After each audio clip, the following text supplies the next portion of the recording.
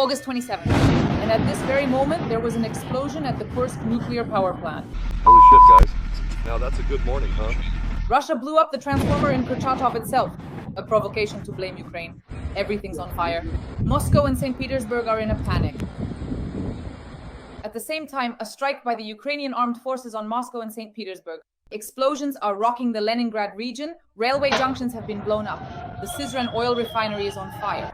They're shooting at something over there, damn it. I can hear the gunfire. That's it. It started. That's it.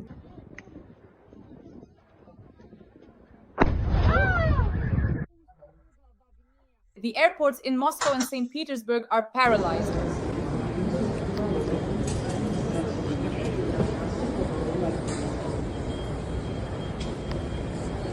Find me. Trains carrying military equipment have been blown up in Crimea. We'll discuss all of this with top analyst Oleksandr Demchenko right now. Looks like we're about to get kicked off the construction site. That's it. Those tanks have caught fire too. Hope we don't get hit now. Breaking news, friends. Today, the skies over Russia have lit up with new explosions. Moscow, St. Petersburg. Explosions! They are paralyzed. Sheremetyevo, Vnukovo, and Pulkovo airports have halted operations because explosions are going off everywhere. There are fires in the Kaluga region. The Syzran oil refinery is burning. The strategic port of Ust-Luga has been attacked, and the Novatek gas terminal has simply been blown up. The Kremlin's energy empire is collapsing right before our eyes. I think things aren't looking great for the Shakti terminal either. Some kind of trouble is about to hit hard. Key facilities, oil refineries have been attacked. Novoshakhtinsk has been burning for 3 days straight. Everyone there is weeping and crying. Gas terminals, factories, railway junctions have been attacked, and there's an aviation collapse. There's panic in Moscow and St. Petersburg. Airports have been shut down. Let's discuss all this with the well-known top analyst, Oleksandr Demchenko. Sasha, welcome. Hello, Dasha. Hello, everyone. All right, Dasha, let's get started. Yes, friends, please write a few kind words in support of Ukraine in the comments. Glory to the armed forces of Ukraine. We're starting with explosions. It's been a while since anything hit Moscow or St. Petersburg. So there's panic in St. Petersburg, airports shut down, and the biggest gas processing plant in Europe is burning in Ust-Luga. Now, the Kremlin will have a hard time not only waging war, but also trading fuel. Sasha, how do you assess today's strikes? This is really a blow, right to the gut. Ukraine continues to destroy the energy sector of the Russian Federation. We're not just talking about, say, some gas terminal, the Novatek station. Yes, the terminal has been destroyed. Listen, a facility has been destroyed, an asset belonging to Gennady Timchenko. Let's call things by their proper names. Gennady Timchenko is the oligarch closest to Putin, who sponsors Putin, builds him various factories, ships, and even palaces in Gelendzhik, together with the Rotenbergs. Gennady Timchenko, Putin's closest friend in hockey and everything else, has now been directly hit. In other words, they are striking at Putin, at his inner circle, at his oligarchs. Not at some imaginary figures, not at some oligarchs who were once close to Putin, but today the blow was dealt directly to Putin's closest circle. Furthermore, we must not forget that, as I see it, a transformer near the Kursk Nuclear Power Plant has been damaged. So these are not just strikes on the energy sector. What did Putin recently say through Alexander Lukashenko, right? Using his mouth. That Russia was preparing strikes for Putin, basically urging to hit Vnukovo with Oreshnik. Did that happen? It did. Lukashenko said this a couple of days ago, right? Lukashenko made this statement a couple of days ago. It's a kind of blackmail, They were sending the message from the Kremlin through Lukashenko. We can go all the way, we can escalate, we can go all in. Well, here you go. You're blackmailing with nuclear fallout. You're constantly staging provocations at the Zaporizhzhia nuclear power plant. Here you are. But I am more than sure, Dash, that in reality, it was not even Ukraine that struck the Kursk nuclear power plant, that it was once again Putin, his troops, his army, just as they did with regard to the airports that you asked about, right? We will not forget. Vnukovo. Heat, missile strike. Shoots down a Ukrainian drone, an anti-missile. It practically falls on people.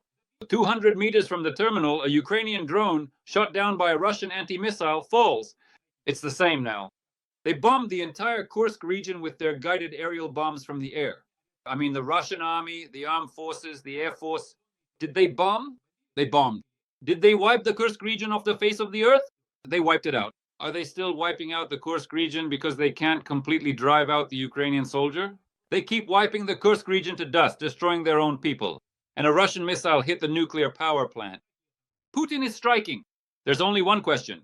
Is this because of incompetence, Or is it because someone wants to stage a nuclear provocation, blame everything on Ukraine, carry out the biggest possible terrorist attack, stir up Trump, and tell him, look at what's happening, look at our energy facilities, our nuclear sites, what kind of negotiations can there be? Could this be, at least in part, a plan to derail negotiations with Ukraine, negotiations that Putin never intended and still doesn't intend to pursue?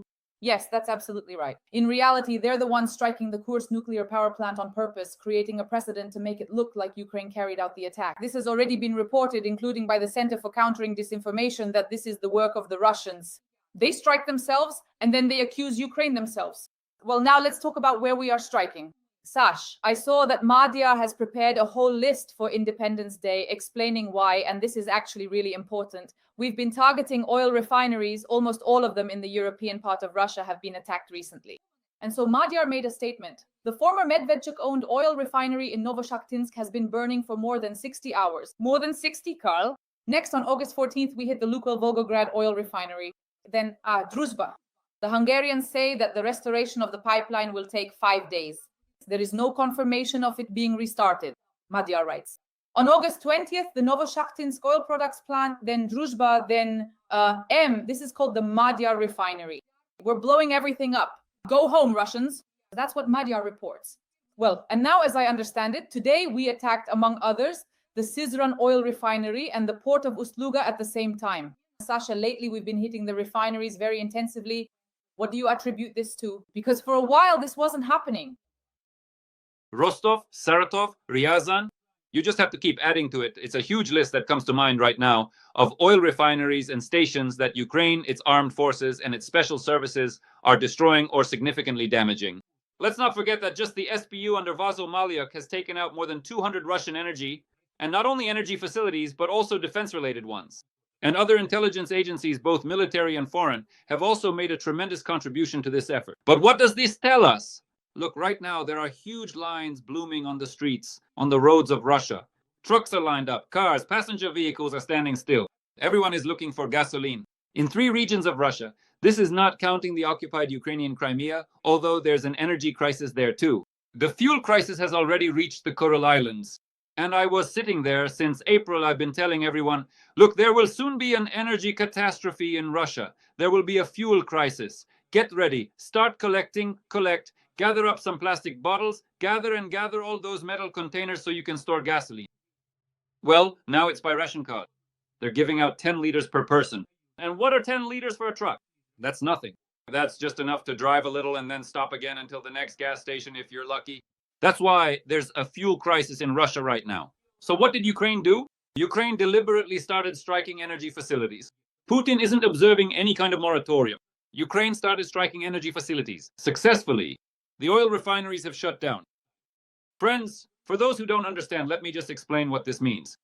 So look, everyone is used to thinking that the Russian oil sector, or let's say the energy sector, is all about profits from gas and oil, from selling them.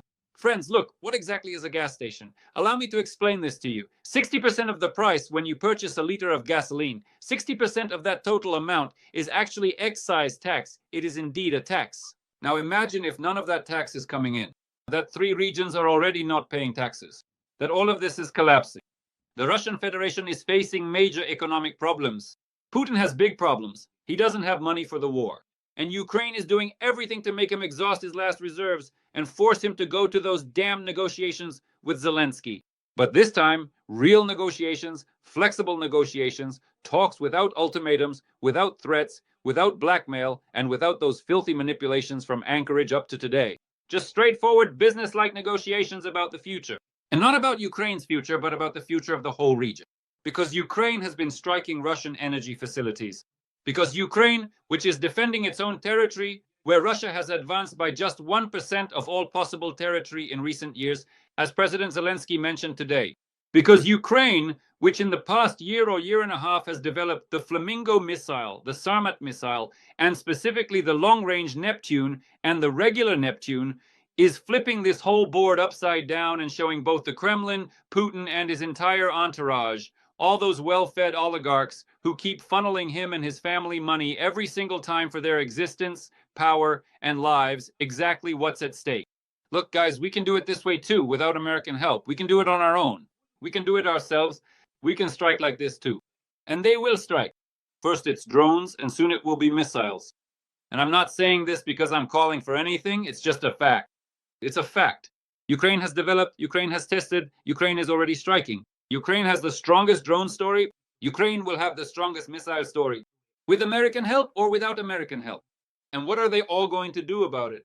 That's a big question for Russia. And Putin will have to answer that question soon. Won't he answer? Well, then there will be consequences, because gifts like today, Dasha, these gifts will happen more and more often, every time, every month, more and more frequently.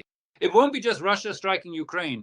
Ukraine will respond, because we are all just thoroughly and completely fed up with what Vladimir Putin and his aggressive troops are doing in their unprovoked invasion.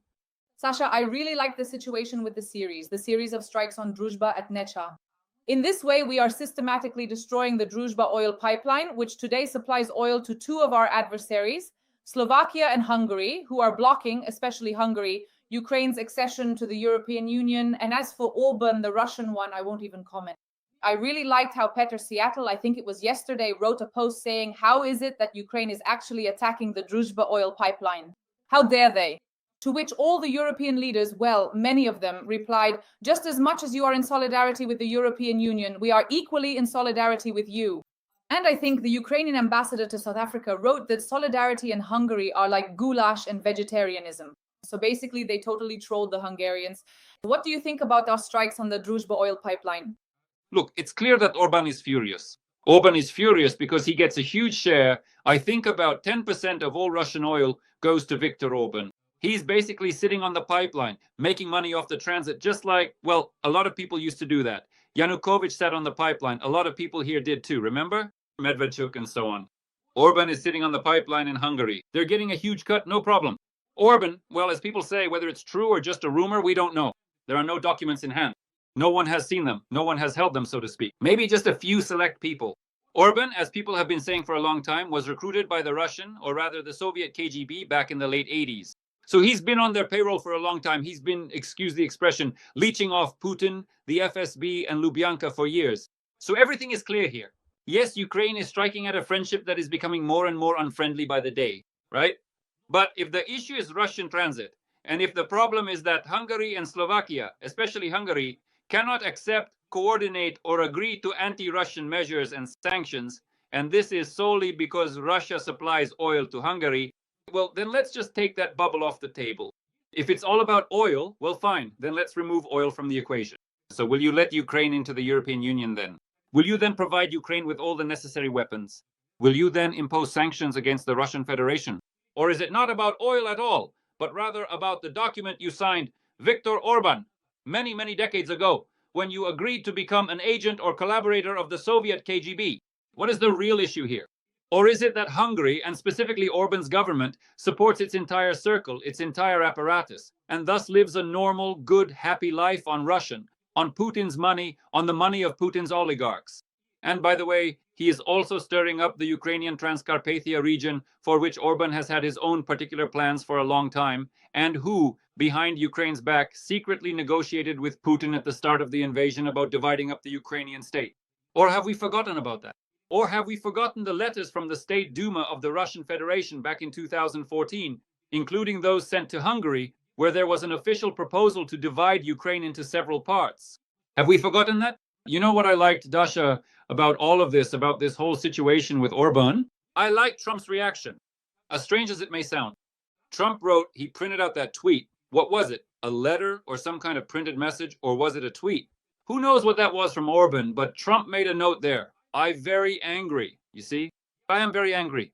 I just can't stand listening to all this. Tell the Slovaks, tell them that I am their friend. What was Trump's reaction after that? None. Did he call Zelensky? Did he pass anything on to Ukraine? Did the State Department issue any kind of note? So did he start blackmailing Ukraine live on air or making some kind of threats? No. Trump did nothing, just as, by the way, he did nothing about the destroyed American, or rather damaged American, Flex Electronics factory in Vnukovo, which was hit by Putin. And what about the security guarantees, Donald? Wherever there is an American investor, wherever there is an American factory, Putin won't strike. Well, he did strike, once again, because let's be honest, since 2014, Putin has repeatedly struck American factories, and he's hit Polish factories too, a NATO member country. Poland doesn't really like to respond either, right? Now, drones are already flying 100 kilometers from Warsaw. And Poland, they have these really big, how do they say it? Oh my God, tell me, Dasha. They have a very big concern, a deep concern. They are deeply dismayed and concerned about what happened. And Trump is deeply concerned. Nothing is happening. But the most important thing I want to say is this. Apparently, Ukraine's Zelensky decided to take the situation into their own hands. We've probably all heard those statements from the Wall Street Journal today. We don't know if it's true or not. Listen, American publications are playing their own game too. They are also divided into certain factions, into certain clans. There are certain money bags behind them. They have their own story there. But the Wall Street Journal published a very interesting piece today where they reported that, yes, on the one hand, Ukraine is receiving more than 800 short-range missiles with a range of up to 400 kilometers. But on the other hand, Donald Trump and specifically the Department of Defense, the same official who recently blocked the supply of weapons, shells, missiles, and so on to Ukraine, as you may recall, then they had to urgently unblock it in emergency mode. So, just today we found out that, as it turns out, America, the Trump administration, and the Pentagon blocked Ukraine from striking deep into Russia with ATACMS missiles and the British-French Storm Shadow missiles because their use is directly regulated and coordinated by US space intelligence. Space intelligence has stopped, no longer transmits the coordinates. Accordingly, Ukraine and Zelensky have probably finally broken away and realized, aha, you can't do business with this guy at all. All of this is a futile effort. You have to rely on yourself, just like Israel does and like many, many other countries. For this reason, missile programs are being developed successfully. I'm sure Ukraine already has at least 10 other missile prototypes in the works, and soon we'll hear about them. Even now, there are significant strikes being carried out against Putin's inner circle. Even now, we are completely undermining the situation from within, inside the Russian Federation. Isn't that right? Because all these strikes have a direct impact on the political segment, on the political situation, on public sentiment, on Russia's economy, and on the social situation, since it's the ordinary people who suffer. They're the ones buying gasoline and fuel at gas stations, while the Russian army gets it from Putin. And all those Putin's Oruses are fueled up just as they should be. It's the ordinary people who suffer. That's why everything is happening just as it was basically planned. Everything is going according to plan. Everything is absolutely logical. And to be honest, these are good news for August 24, 2025. There haven't been good news for a long time. At last, we finally heard something positive. Listen, this is very important to me. Remember when we talked about the Navy Day parade in St. Petersburg? Oh, yes. You call that a parade? Well, that was trolling, of course. There was a festive, explosion in the territory of Petersburg and the Leningrad region, thanks to our drones. And now they've also attacked, that magical place for Putin, Petersburg and the Leningrad region again. Don't you think this is symbolic, right? Because for Putin, St. Petersburg is a sacred city, and today Pulkovo is closed, the St. Petersburg airport, and there are drones flying there. I already checked this morning before our Ian by the stream that a couple of drones, due to Russian electronic warfare actions, ended up flying into the apartments of St. Petersburg residents. Sash? Well, look, this is a clear signal that the range is already quite good. If earlier Ukraine could only reach its own occupied territories at the start of the war, and then the border regions of the Russian Federation, and we saw that for a long time, then there were isolated long-range strikes, sort of trial balloons aimed at Tatarstan. You saw that. But after there were already special operations on the territory of Siberia, after Ukraine started striking, already reaching such distant regions as Irkutsk Oblast, you see, for example, and so on. It reaches beyond the Urals, it reaches up to the Urals. So we're talking about the fact that, yes, Ukraine is signaling to Moscow that the range has changed and that Ukraine is acquiring the capabilities and means to destroy any target, no matter how well protected it is, no matter what kind of rocks these mega bunkers are hidden in on Russian territory. Dasha, there's one very interesting detail I'd like to discuss, because missile strikes are one thing, but you can't talk about them for the entire broadcast. Look, right now, some very interesting things are happening in Russia, just really interesting things. A decision was made in the Kremlin. I'm absolutely serious here. I'm not trolling at all. The Kremlin has decided that the Russian police are not coping and will not be able to cope directly with the veterans of the so-called special military operation. And that order in local areas, in cities, in the regions of Russia should be maintained in part by the Russian army, since it directly oversees and coordinates all of these scoundrels who took up guns for money and went to kill Ukrainian civilians and military personnel. Accordingly, the question arises, if they are planning to hand this over to the army, and if the army will be the one maintaining order on the streets of Russian cities, does this mean first that Putin will bring troops into Moscow and St. Petersburg? First. Second, does this mean that over time the Russian army will gain and continue to gain more and more power in Russia, and that the generals will become gluttonous with power? Is this, a kind of safety cushion in case we end the war, freeze it, or stop it, right? In one form or another. But at the same time, you keep getting money because the army is being deployed on the streets of Russian cities and regions. So does this mean that the generals will become even more influential? Third, does this mean that there will be an inevitable war between the FSB and the military generals? And will it actually happen? Fourth, does this basically mean that, we will gradually see a military coup or attempts at a military coup in Russia, Moscow, the Kremlin, Putin? Will this be carried out? Because you see, there have already been times in Russian history, in the history of the Soviet Union, in the history of Moscow, when the generals removed an unwanted general secretary. This has happened before. Or more precisely, not even a general secretary, but someone who very much wanted to become one. Let me remind you of the story of Daria and Zhukov. Isn't that right? How did Khrushchev come to power? How did the rest of the trio come to power? Zhukov came in and restored order, and Daria was eliminated. So all of this is inevitable. And if this is happening, then it's not just an attempt by Putin to preserve some financial flows for the generals. This is truly a major concern for the Kremlin, for Putin, for his inner circle, that a huge number of people will get their hands on weapons, that the regions will thus become isolated from Russia, that there will be a massive redistribution of property in the Russian Federation, that not even the 90s will return, but God knows what years will come back, that there will be major coups, major uprisings, major armed rebellions, and Putin will not be able to handle all of this. He needs the army, but there is always the threat that this army could overthrow Putin in the coming years as soon as he stops the war. These are the questions that need to be felt and analyzed right now. So what's already happening with us? Right.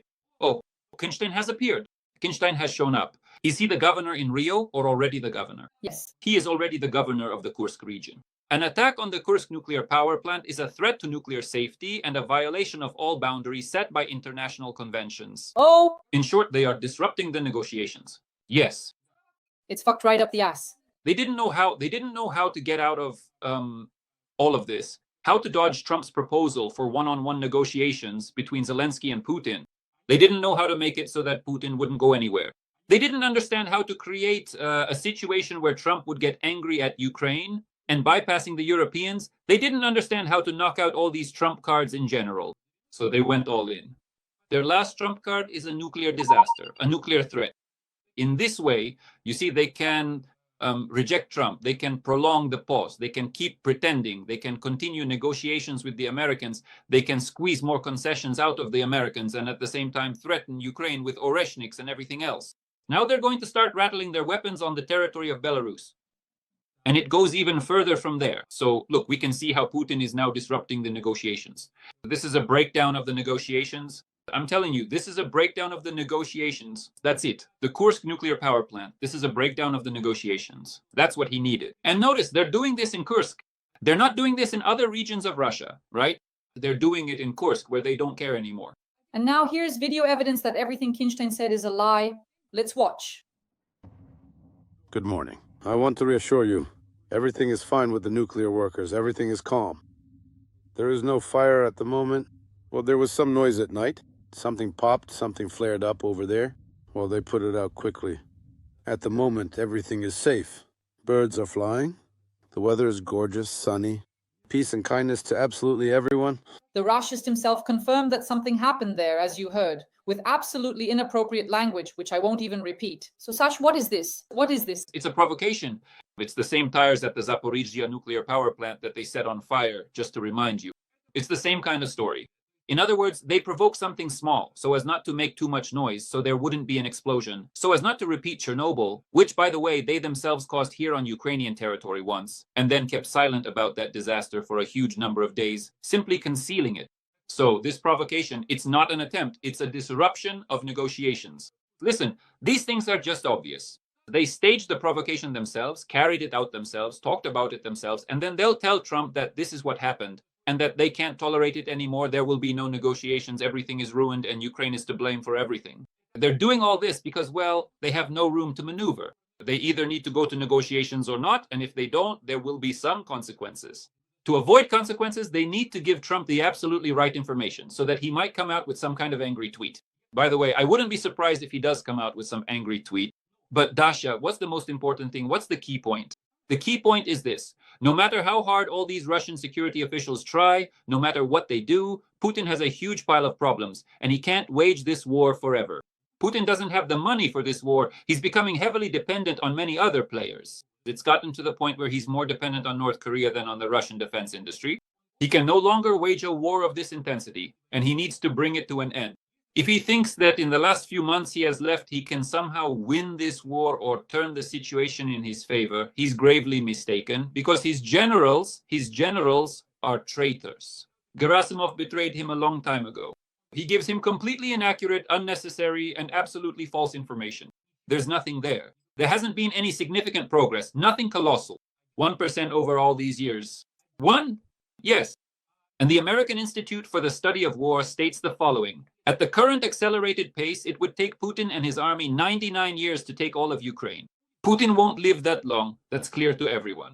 And I think that even the future general secretaries or whoever else comes after Putin or alongside him in Russia won't live long enough to fulfill or realize all these pipe dreams of theirs. So look, they're deliberately provoking a strike. This has happened before. It has happened on the territory of the Zaporizhzhia nuclear power plant. They made a mess at the Chernobyl nuclear power plant when they started this whole bloody mess called the full-scale invasion. They have already staged provocations in the Kursk region near the Kursk Nuclear Power Plant. All of this has happened before.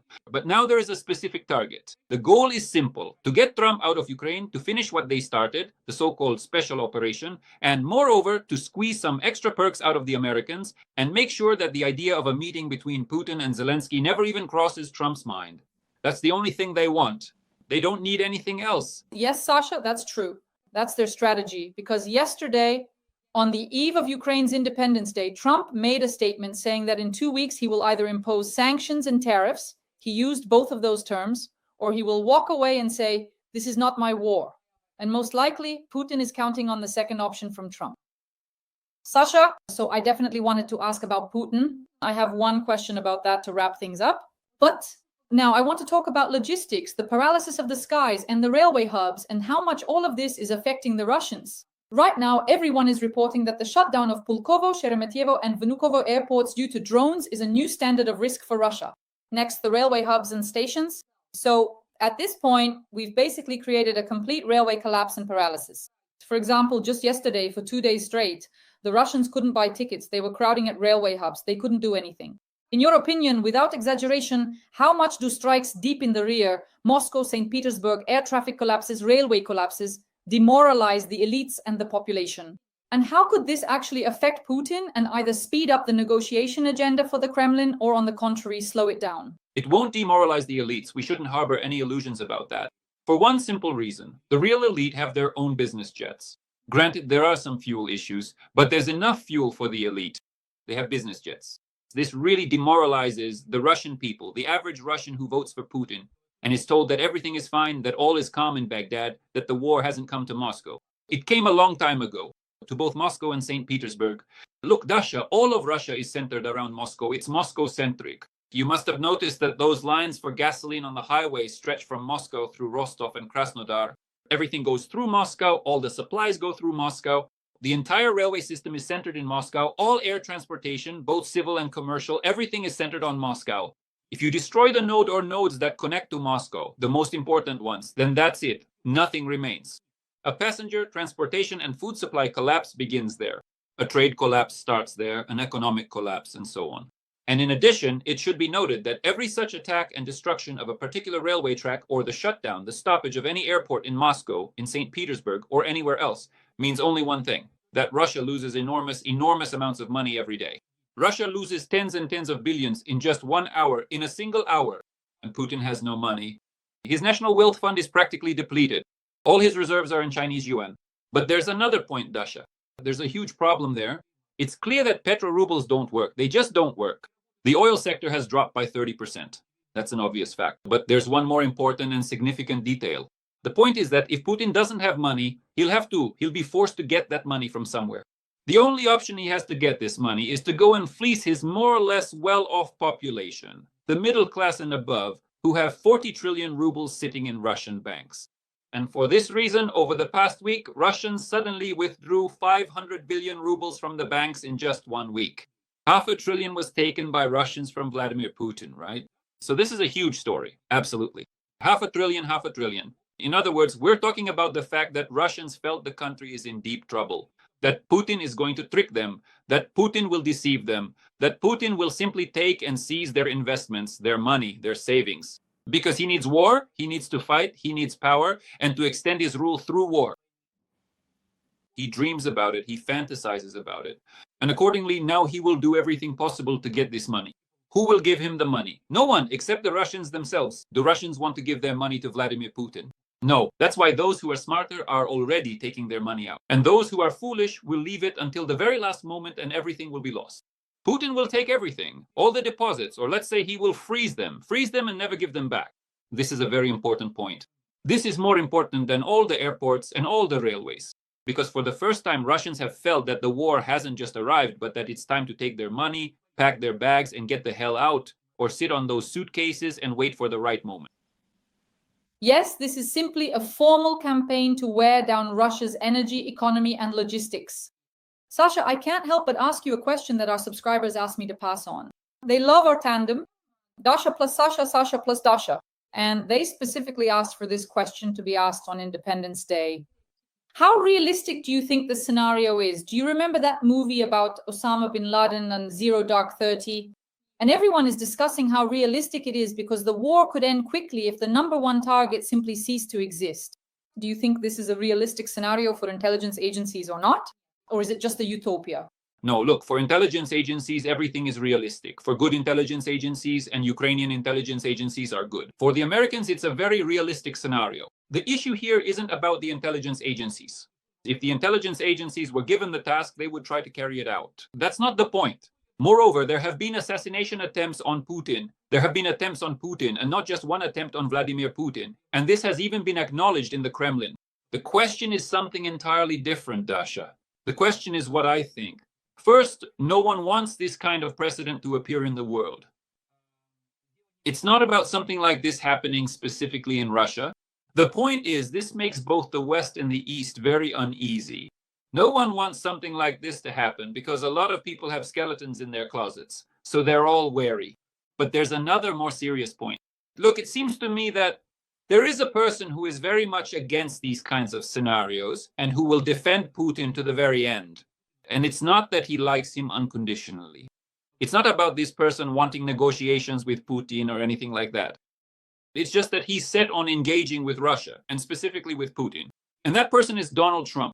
And there's nothing you can do about it and nothing you can negotiate with this Trump. At least for the next 3.5 years, right? But what would I like to say? You know, while we're discussing all these things, Putin himself, as far as I understand, is planning an attack on a new country, a new state. Moreover, logic tells me that an attack or an attempted attack is being planned on the leader of that country. And that is by no means Volodymyr Zelensky. Although Putin has tried, and I'm sure is still trying to somehow eliminate our president as well, he won't succeed. No, I'm talking about Azerbaijan and Ilham Aliyev. Ilham Aliyev recently made a statement saying that war is coming soon and that people need to prepare for it. And the only hope lies with the Azerbaijani people.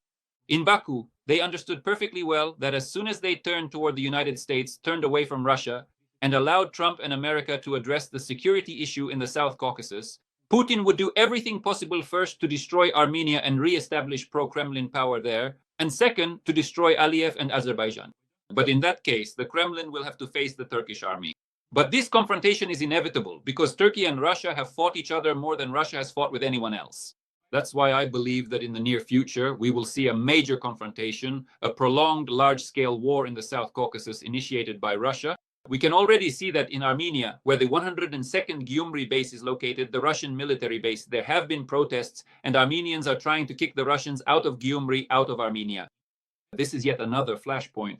So right now, if the war stops or is frozen or whatever happens, though I don't believe in that, but many people are talking about exactly this scenario, Russia against Ukraine. Putin will immediately turn his attention, having freed up enormous resources. He will immediately focus on the South Caucasus. That's Georgia, Armenia, and Azerbaijan. And I'm even sure, first of all, that Turkey won't allow it, that there will be a long, drawn-out war and a clash with Turkish forces. And secondly, that the Americans won't let Vladimir Putin do this either. But the fact that this scenario, in my opinion, is inevitable and that it needs to be considered is a fact. That's something I would watch very closely, very diligently. And right now, as you speak, there are protests taking place in Armenia against Russian military bases on the territory of that country. Friends, to wrap up, today is Ukraine's Independence Day. We are attacking right now, as all the Telegram channels are already reporting. A massive drone attack is underway against Russia. Oil refineries in Syzran have been hit. Explosions are happening in all regions of the Moscow suburbs, Leningrad region, Syzran, Belgorod, Kursk region, Kurchatov, Tver, Leningrad, Smolensk, and Bryansk. We are acting precisely, selectively, and are indeed targeting only military facilities. Friends, please like this video. Sasha, the final word is yours to close out our stream today. Friends, I just want to wish all of us resilience, patience, and to do just one thing: truly endure, get through this, and keep on living. Because that would be, the scariest gift for Vladimir Putin from all of Ukraine, from each of us, right? To live a normal life right after and outlast Vladimir Putin and his regime. That's what I wish for all of you, truly. Glory to Ukraine. Glory to the heroes.